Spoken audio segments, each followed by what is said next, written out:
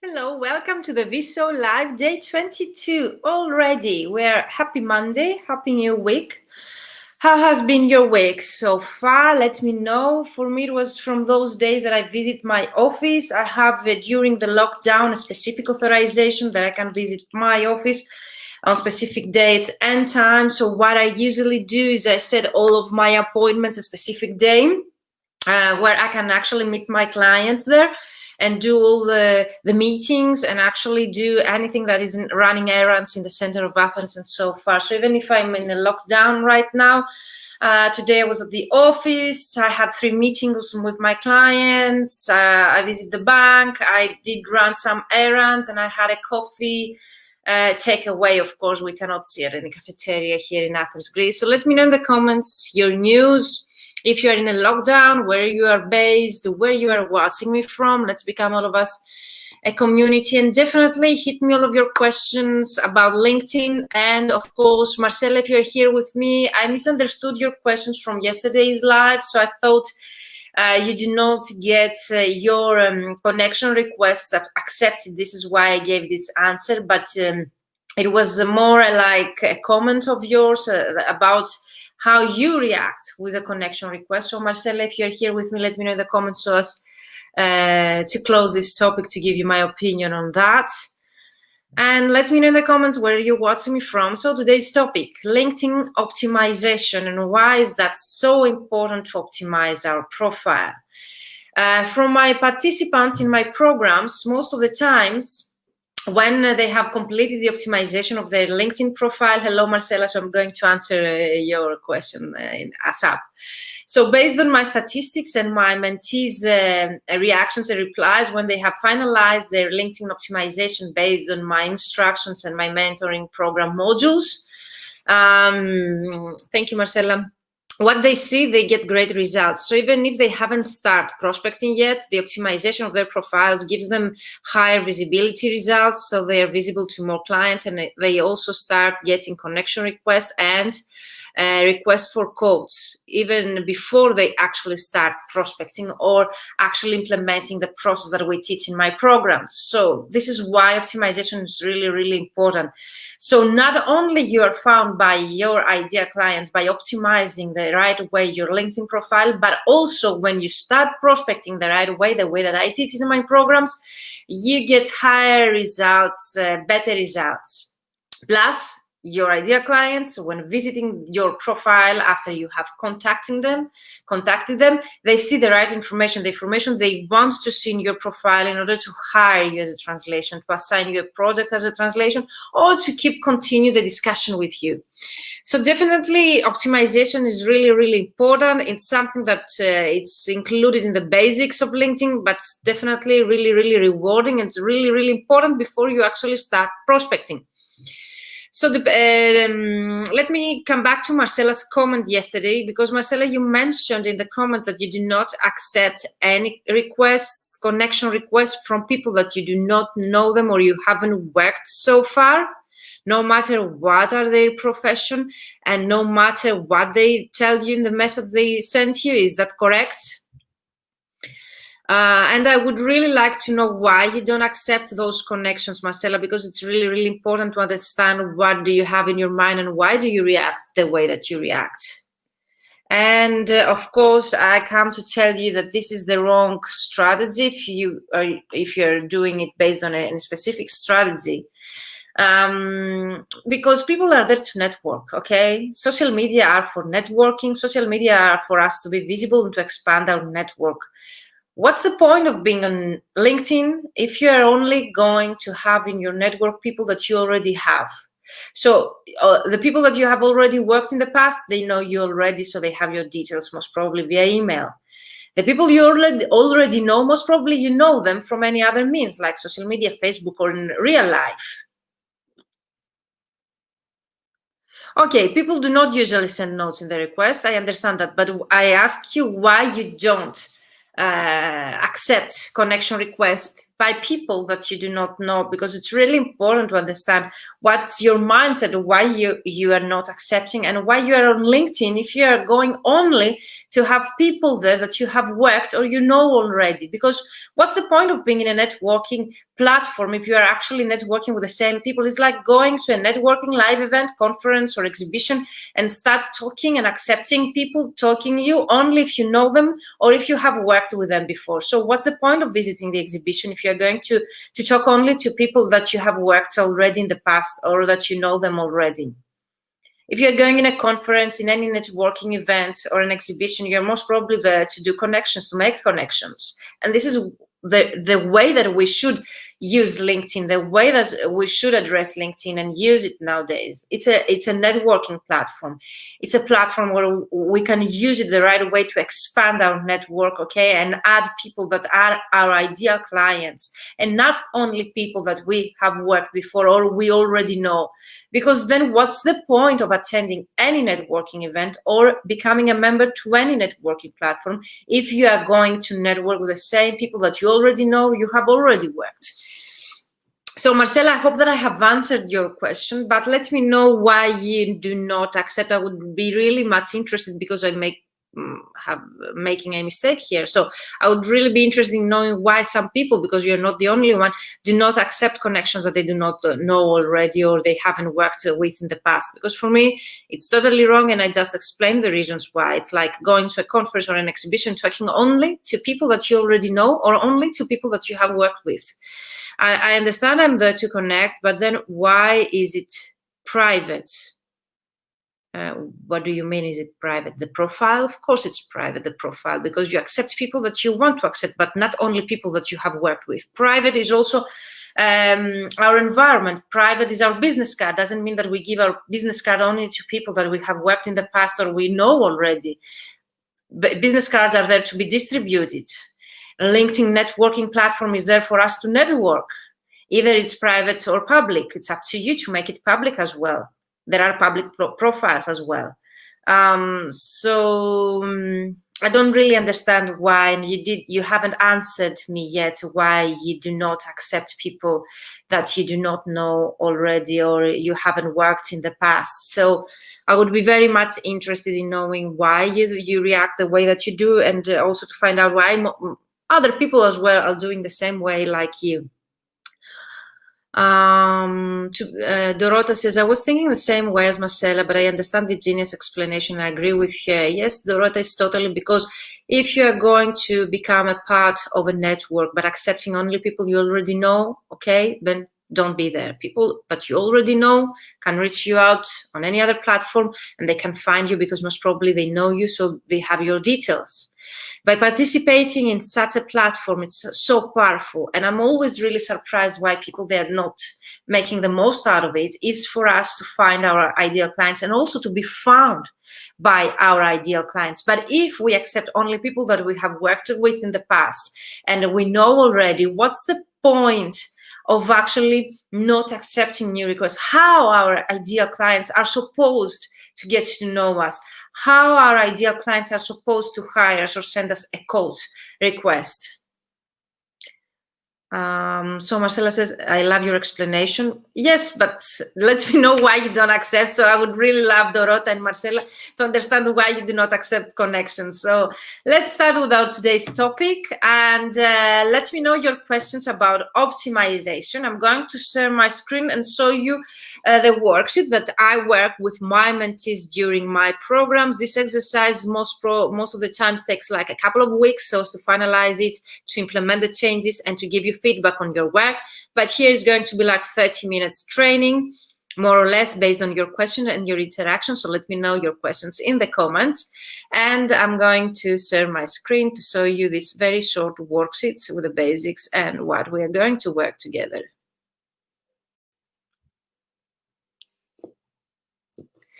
So this is a very short worksheet that is delivered in my programs to my mentees. And the main benefit you can get by participating in such programs, it's not actually this worksheet, but actually the feedback that you get to your work. So let's start with the two sections that we are going to review today. Of course, more, but we will start with these two.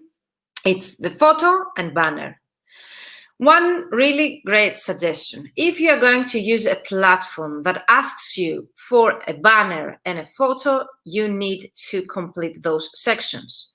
So even if my opinion on adding a photo in your CV is totally different and opposite from this one, so I do not recommend you to include a photo in your CV unless this is required by the people that they are going to evaluate your CV. When you're going to use an online platform like LinkedIn and it has a section where it asks you for a photo, then definitely you should use a photo. What you need there? A professional photo. What is a professional photo? A professional photo is a very simple one that will look straight to the camera, that will have a sort of a smile, and there are so many links where you can actually analyze your photos. So you can click, for example, here www.snap with .com/photo analyzer, as you see in the screen here. You see my cursor. I'm not pretty sure. Anyway, there are so many links that you can go actually and evaluate and analyze your profile photo and if it works for LinkedIn or not. But make sure it's a professional photo, which means that you visited any local photographer with a very small amount of money invested to make a very face portrait photo, okay, for your LinkedIn profile.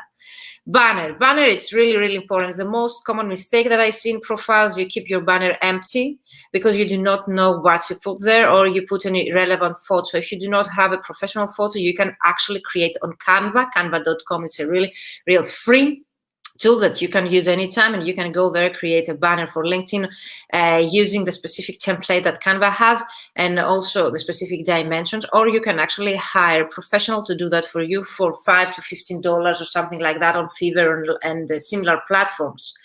But what should include a banner? Definitely should be related to your specialization, so as to make clear to everyone that visits your profile what you are doing and what is your niche.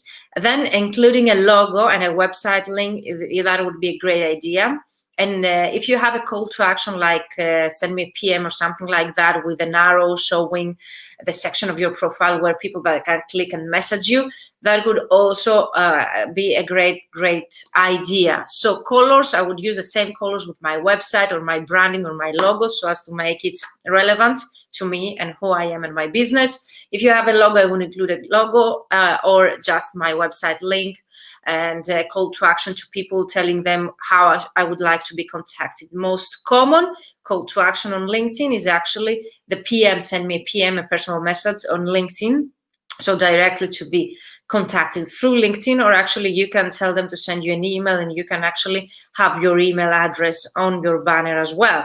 But you need to make very clear what is the call to action, which means how you would like to be contacted. That might be also 30 minutes free consultation, 15 minutes free consultation, whatever you prefer to be the call to action. But the main reason why we include a call to action is to actually have those people contact us. So we need to be contacted by those people, and we need to make clear how we want to be contacted. So here are some links that you can find later. If I'm going very fast, you can definitely watch the recording, and there are many apps that you can actually slow down the rhythm of my of me talking. So definitely if you find that I speak very fast or I'm changing my slides, you can definitely watch the recording. And also there's an integrated tool on YouTube that you can actually slow down the rhythm of me talking, but also there are specific apps that you can use to do so. So first of all, photo.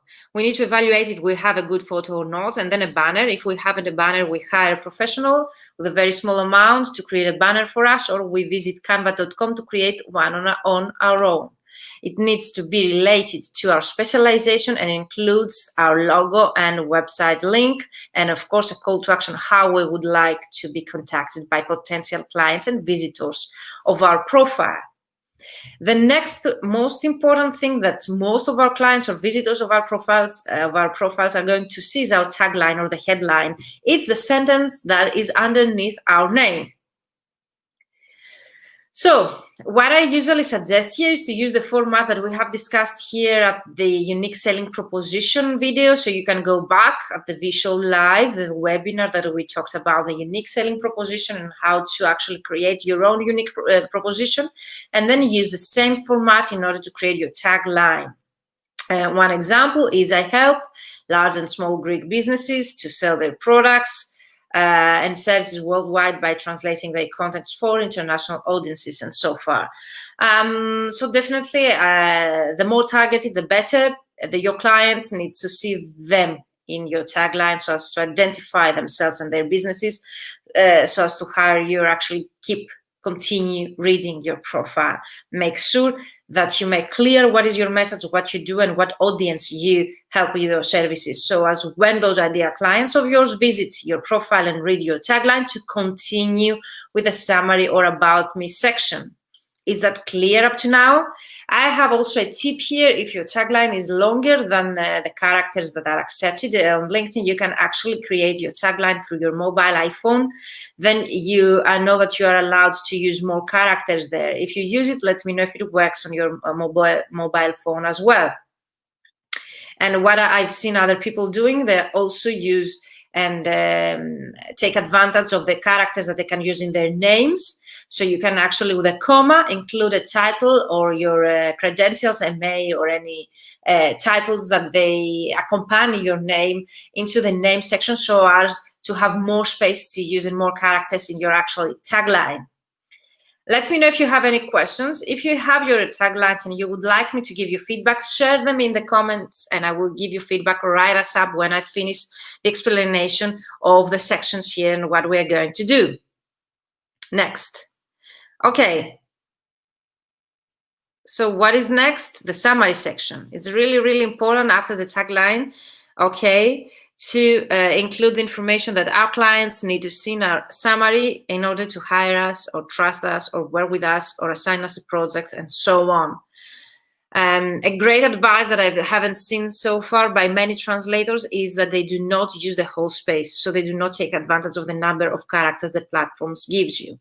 So if the platform gives you a specific number of characters, and you can easily find that if you're going to copy paste or actually write any text in that specific area section, the about section or summary section, make sure that you take advantage of as much as space as you can from that. And that applies to all the sections, either the work experience section and the education section. So far, you need to include as much text as is required so as to take advantage of the number of characters that are allowed in each section. Why? Because then your profile is boosted and you rank higher in the search results, and also you gain more visibility. So that's the way the algorithm of LinkedIn works. So you need actually to include keywords related to your clients. What keywords your clients would Google or use in the LinkedIn search button to search for you and your services, and make sure that you have included those keywords in the About Me section and the tagline. So first, it's really important to include text that really takes advantage of the number of characters that are allowed per section, okay? It needs, even though the About Me section is about me, says about me, we need to write for our clients. So it's really, really important that this section takes into consideration our clients and what our clients would like to read in that section in order to hire you. So as writers, as translators, we always know that when we write a text, we need to take into consideration the reader. Even if the text is an article to be published, or our CV, or even our LinkedIn profile, we always write for the reader and not for ourselves. So the main mistake that I see here in the LinkedIn profile is that we usually use it to write as a CV, like I do that, I have graduated that school, I have those credentials, I have been in the business, so no, that's a big mistake. This space, this section, the About Me section, the summary section, is about our clients. So we definitely we need to use text that it is benefits oriented, which means that we need to make very clear to our clients what are the benefits that they get by working with us. Okay, so please do not write a CV content, what you do. Instead, write a copy where you describe why you do what you do, why your ideal client to choose you over your competitors, and use the ideal client avatar worksheet that we worked together, pain relief and value. There is a specific training in the VShow Live 30 days webinars where I actually explain you what is the pain relief and the value. So what your clients need to see here in the About Me section is what is their pain, that you really know what is their pain, their problem that they're facing, and they are reaching out for you. How you can actually solve that problem, and you can actually provide that pain relief to your clients through your services. And of course, the overall idea, the value that you provide to your clients through your services. Please let me know in the comments if this is clear, because I think that the About Me section is the section that has most of mistakes that I see. So Dorota says, okay, we're going back to the previous topic. I accept only people I know, I accept the strangers too. I don't know why people don't add a note in the request to let me know why they want to connect. So let me know, because I have like 150 connection requests pending, and I don't know where people have known me, Dorota. So I totally agree with you. So let me know in the comments if you have already make it clear how to actually create your About Me section, what you should include in your About Me section. Let me know if you've been using it as a CV so far rather than an actually benefits-oriented text related to your clients. So to sum up, we need a professional photo, a banner where we include our logo, our website link, and a call to action where they should contact us. Then, of course, the tagline should use a specific format that you can find in the unique selling proposition training we did here during the VShow training, the unique selling proposition or headline. And the About Me section should be rather about me, should be about our clients, where it should be benefits oriented. It should be very clear to our client when they read our About Me section, what we do, why we do it, how we can help them through our services. What is their problem, to read themselves, to read this text and identify themselves and their businesses through your text. Okay, so you write their problems, you write the solution, and of course the value, the overall value that you provide to your ideal clients through your services. So make sure that this is really clear, because this is the most important section that our clients are going to read. And then I'm continuing with the next sections here. Okay, let's continue with the rest. I don't see any questions, so I'm continuing.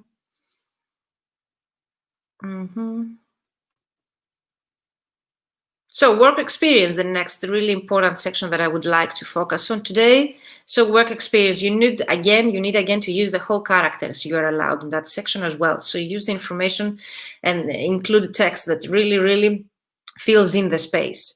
If you have a business, create a page, okay, with a logo and connect it with it. So yeah, it's very simple to create a page. Let me know if you do not know how to do it already. Include your logo at the photo of that page, and then connect that page with the work experience section on your LinkedIn profile.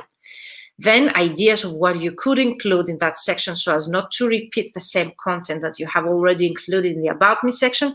Ideas would be a list with all the documents that you translate is a good idea. Also, here we mentioned what projects we undertake and some of the last projects we delivered. There always should be a call to action. And of course, there could be like, if you would like to discuss working with me, please message me here or book a call with me using the link below. That's a suggested call to action, if you can say. Also, a great idea in the work experience section is to include numbers of words that you have translated. So in order to make it different from the About Me section, where we focus on our clients' pain relief and value here, and the benefits we provide, here in the work experience, we go into a bit deeper how we work. For example, what projects we undertake, what documents we translate, the words of the words that we have translated so far, our niches, specializations, and a call to action, how they should contact us if they would like actually to work with us. Let me know if you have questions about the work experience section, the About Me section, and the last but not least is the recommendations, because as yesterday I mentioned, is a really powerful section on LinkedIn recommendations. Such a powerful section. It's already integrated in our LinkedIn profile, so it makes you easier the process by just following the LinkedIn instructions to send recommendation requests. But if your clients do not know what to answer, here I include some of the questions that you could actually ask them if you would like them to answer them and give you a full testimonial for your website. So would you recommend me to others? What surprised you about working with me? What were your big wins through my services, for example? Where were you before you started working with me? What you were struggling with before working with me? Or what transformations or what wins did you see by or whilst working with me? Let me know if you have any more ideas about that topic, but specific to sum up, we work on our photo, banner, tagline, really important, about me section or summary section, work experience by creating also a professional page, business page, and then we connect it with our work experience, and of course the recommendation. We need to build the recommendations. We need to have more recommendations on our profile. So Elena says, hello Virginia, hello everyone, very clear. I need to work on my about me section with my specialization keywords written all over. Definitely, Elena, but make it a flow, okay? Make it very natural, the text, okay? Do not spreading the keywords everywhere so as just to have them. So Dorota says, me too, Elena, I have to improve it. Definitely, Dorota, let me know if you have any questions. And Isabella says, thank you for these great tips on LinkedIn. I actually have to work on my tagline and improve my about me section. Yes, Isabella, I would really recommend you to do so, because the tagline and the about me section are the two first paragraphs in text that your ideal clients or the visitors of your profiles are going to read. So you need to attract their attention by having the information that they would like to read on your profile, so as to continue reading, and actually, why not contacting you through LinkedIn or through your email, whatever is the way that you would like to be contacted through LinkedIn. So definitely I would really recommend you to work on those sections so as to continue with the LinkedIn upcoming sessions here that we are going to work the upcoming days. The upcoming days, all of them devoted to LinkedIn. And tomorrow we are going to talk about search button tips and tricks, where actually I'm going to share my screen and show you some great tips that you can actually implement, okay, at the same time with me on your LinkedIn profile. So if you want to find out how to use, hello Amir, how to use LinkedIn search button to identify your ideal clients, how to use to find potential jobs openings about your specific specialization through LinkedIn search button, and much more, join me tomorrow 7 p.m. Central European Time on YouTube, Facebook and LinkedIn, where I'm going to share my screen and actually show you how to take the most out of LinkedIn with the free version. I'm not talking about the paid version. So you can definitely have your LinkedIn open at the same time, implementing the same exercises, and let me know if you see the same results that I will show you on my screen.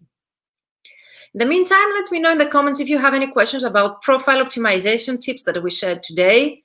And if you need any more help, do not hesitate to contact me, and I'm sharing the link to book a call with me. Some of you have already done so. I have 20 already invitations to actually book a call. You can click the link in the comments and book a call with me if you need more help with your LinkedIn profile. And I would be happy to answer all of your questions one-to-one. Definitely, if you share your questions in the comments, again, I will be able to see them. And of course, I'm going to address them right away.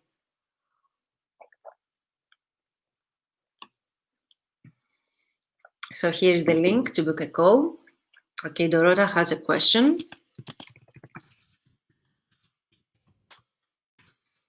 So Dorota says, how do we know what keywords our potential clients would look for? Do they have to refer to our specialization? What if we still don't have our niche?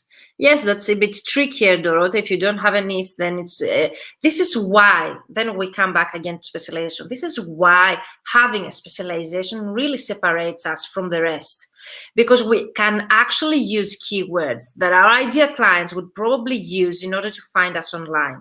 When you do not have a specialization, you think that you can address a larger market. But again, that's based on statistics. That's the opposite. Because when you actually niche and narrow down your niche and your specialization, you think that you address your services to a smaller audience, whereas you can actually be targeted by your ideal clients by selecting a niche and a specialization. So the more specialized you are, the more difficult it is to have competition, and the easier from your clients to actually identify you. Okay, so imagine having a doctor. Who would you hire? A doctor, a generic doctor, or a doctor that says specifically the problem that you have, and they can give you the solution to your problem that you have? Most probably you would go for the doctor that is specialized to your specific, for example, illness or whatever is the problem that you face, and you want to look for that doctor online. So I see it the same way. So if someone is looking for a technical translation for an automotive manual, wouldn't go to a generic translator that hasn't that niche included in their profile. And also, most probably, that profile wouldn't rank higher than their competitors on the search results. So you see, Dorota, there are so many reasons already I mentioned in one sentence. You do not look, okay, you are not visible to your ideal clients. You do not rank higher in the search results. Your ideal clients cannot find you. There are no keywords to use in order to find you. And of course, the other way around, you cannot create a strategy to actually attract those clients because you do not have any specific niche and any keywords that actually your ideal clients would look for you in order to find you. So either way, it's very difficult to be found by your ideal clients and also actually to find your ideal clients. So definitely niching down is required at some point in our career. And I can tell you, and I can shine it right now in front of you, that if you niche down and the more you get specialized, you will get more and more clients, because this is how you are going to be found by your clients. The more generic your profile, you think that you are addressing a larger market, whereas you're actually cannot be found by anyone, because it's that generic your profile that your ideal clients cannot even find you. Okay? So Dorota, let me know if I have answered your question. So if you do not actually have any keywords right now, or you do not have any niche, I cannot help you. So most probably it's going to be a very generic profile, but definitely you can actually start thinking of what niche you would like, okay, to have in the future, so as to create a profile towards that niche. So you can start including keywords even if you are not specialized now, in order to be hired by clients that they would be interested in assigning you projects in that specific specialization that you would like in the future to be specialized.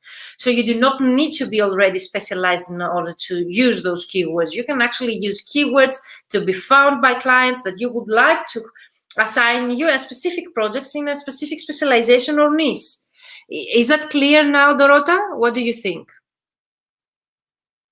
So let me know in the comments if you have more questions. But Dorota, thank you for that question, because it's really, really important to understand the necessity of having, yeah, okay, I see, thank you, I want to specialize in medicine. So definitely, Dorota, you should include the specific documents, medical, that you translate in the work experience, okay? What is the value and the pain relief you provide to your clients by providing medical translation?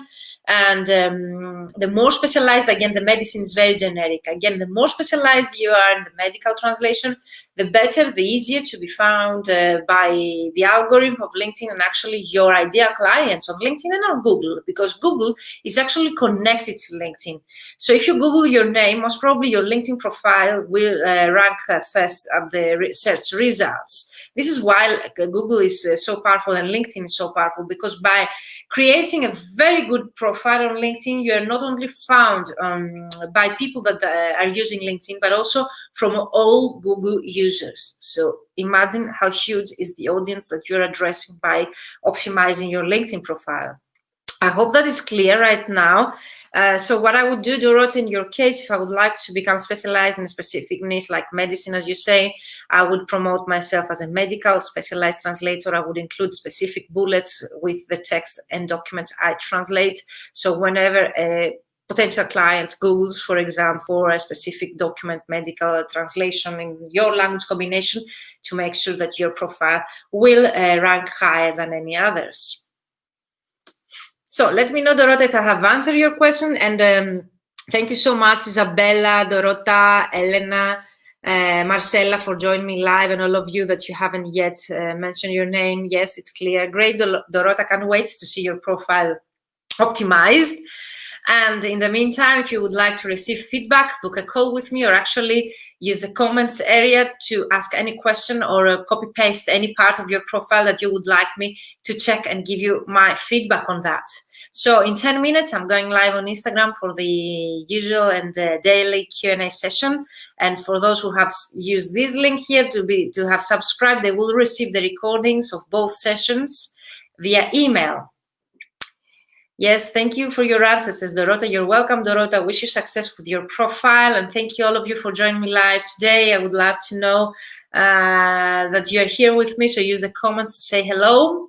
And see you tomorrow, 7 p.m. I'm going to share my screen and show you some great tips and tricks that I bet you do not know about. LinkedIn search button. See you tomorrow, and thank you all for being here with me tonight. Bye-bye.